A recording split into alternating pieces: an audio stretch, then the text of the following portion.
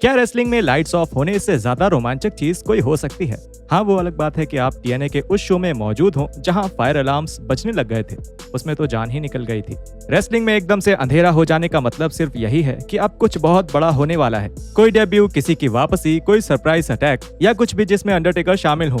Lights off trick को एक classic trick मानने के पीछे एक कारण है। रेसलिंग के इतिहास में द बिग डब ने इस ट्रिक के कुछ बेहतरीन उदाहरण पेश किए हैं। इसलिए आज हम उन मौकों पर रोशनी डालेंगे जब WWE ने इसका एकदम उल्टा किया था। मैं हूं एडम पचीटी कल्टोलिक रेसलिंग से और ये हैं WWE के सबसे शानदार 10 लाइट्स आउट मोमेंट्स। शुरू करते हैं। Number 10, Aleister Black is Aleister back. चाहे वो टॉमी हो या एलिस्टर ब्लैक हो या मेलाकाई ब्लैक हो या मिस्टर जेलिना वेगा हो, आप उन्हें चाहे जिस भी नाम से बुलाएं, एम्स्टरडैम के सिनेस्टर मैन को हमेशा से रहस्यमयी होने की एक आदत रहती थी। जब वो अपनी NXT चैंपियनशिप टोमासो चैंपा से हार गए थे, तब उन्हें जॉनी गार्गानो के साथ अपने टाइटल के लिए ट्रिपल थ्रेट मैच में हिस्सा लेना पड़ा और NXT टेकओवर ब्रुकलिन फोर्स से ठीक पहले पुराने चैंपियन किसी अनजान हमलावर के हाथों चोट खाकर पार्किंग में बेहोश पाए गए। और जब ब्लैक वहां नहीं थे, तब निकी क्रॉस हर जगह ये दावा कर रही थी कि वो जानती हैं कि ऐसा किसने किया है। इसी कारण से NXT के 17 अक्टूबर 2018 के एपिसोड में क्रॉस और बियांका बेलियर के बीच हो रहे मैच के दौरान एक बेहतरीन रुकावट देखने को मिली। मैच के बीच लाइट्स ऑफ हो गईं और फिर किसी ने परफॉर्मेंस सेंटर की लाइट्स ऑन की और सबने देखा कि एलिस्टर ब्लैक वापसी करते हुए आराम से आलती पालती मारकर बीच रिंग में बैठे हुए थे। तब उन्होंने क्रॉस से ये पूछा कि उन पर हमला किसने किया था और इसी के साथ वो मैच एक तरह से खत्म ही हो गया। एक ड्रामेटिक और चौंका देने वाला पल जो कि इस दिलचस्प कहानी का बहुत जरूरी हिस्सा था। आमतौर पर NXT कभी लाइट्स आउट नहीं करते थे, पर वो जब भी करते थे वो पल कमाल के होते थे। नंबर 9,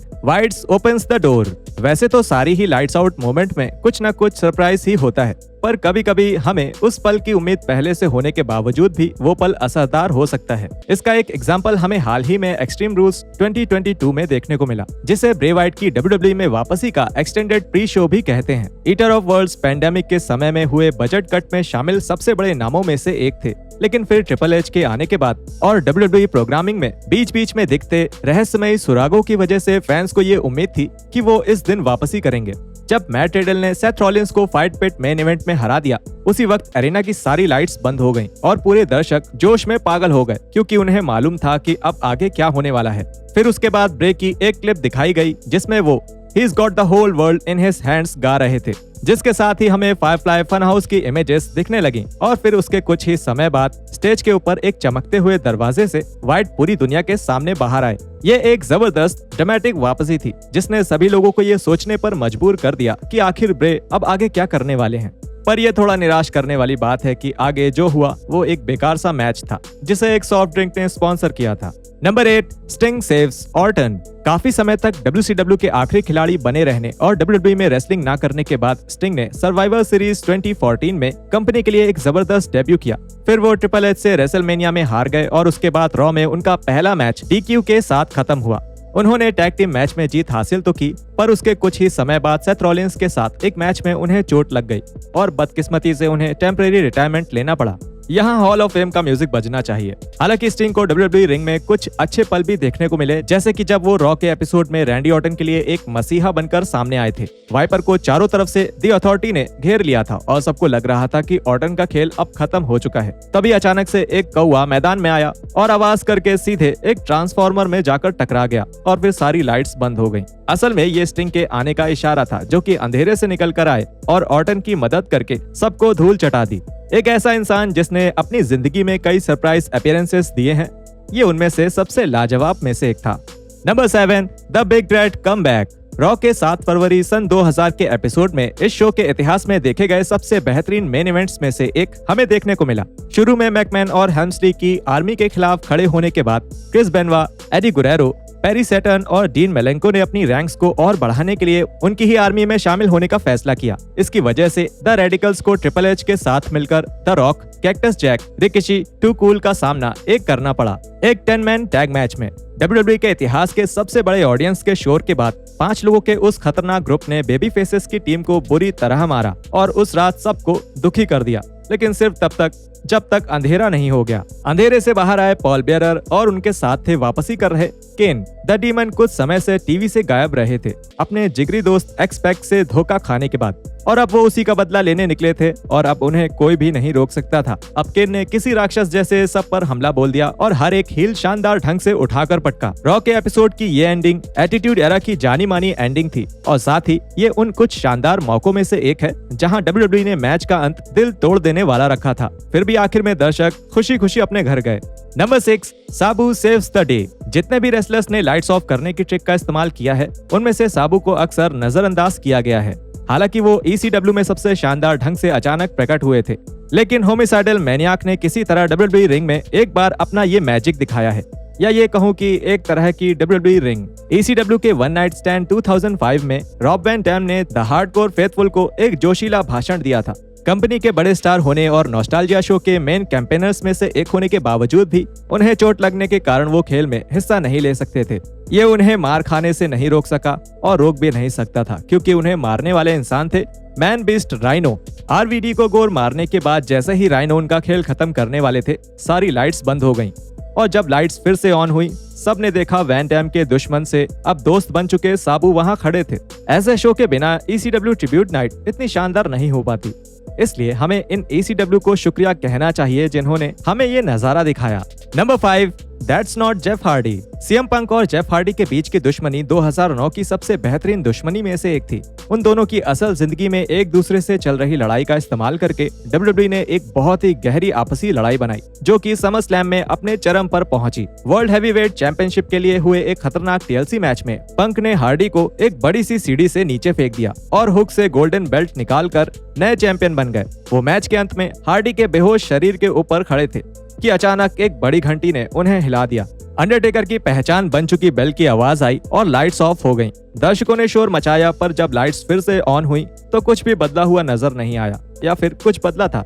पंक को ये नहीं पता था कि अंडरटेकर हार्डी की जगह लेकर वहां लेट चुके हैं और फिर हुआ वो मशहूर सेटअप, एक बेहद खतरनाक चोक स्लैम, और इसी के साथ नए चैंपियन को उनका पहला कंटेंडर मिल गया। अगर सिर्फ पंक के जीतने से ही मैच खत्म हो जाता तो भी काफी था, पर वहां वापसी कर रहे अंडरटेकर का आना तो ऑडियंस के लिए सोने पे सुहागा ही हो गया। Number 4, low what bulbs. Stone cold Steve Austin से इंस्पायर्ड वॉट चैंट कुछ कुछ द बिग बैंग थ्योरी नाम के टीवी शो जैसी ही है।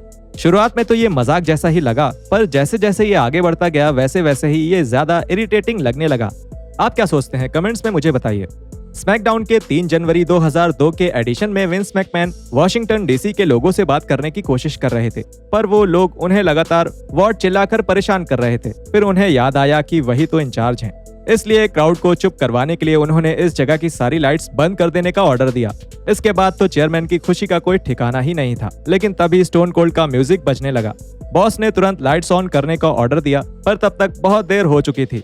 जैसे ही लाइट्स वापस आईं, ऑस्टिन रिंग में ठीक उनके पीछे खड़े थे। अब आप ही अंदाजा लगाइए कि उन्होंने आगे क्या किया होगा। ए, क्या उन्होंने खाने के लिए एक केक दिया होगा? बी, क्या उन्होंने अपने घुटने पर बैठकर प्रपोज किया होगा? या सी, उन्होंने एक स्टोन कोल्ड स्टनर मारा होगा? असल में आप सभी गलत हैं, क्योंकि इसका जवाब है डी, बुकर टी और बिग बॉस मैन के हाथों मार खाई होगी। पर कुछ भी कहो, आखिर लाइट्स आउट वाला पार्ट तो गजब का ही था। नंबर 3, ओह ये, क्या आपको याद है कि वो दिन जब अंडरटेकर अपने टीनेजर फेज में गुजर रहे थे और उन्होंने मोटरसाइकिल चलाना और रॉक म्यूजिक सुनना शुरू कर दिया था? ये उनके करियर का सबसे शानदार या सबसे खराब हिस्सा था।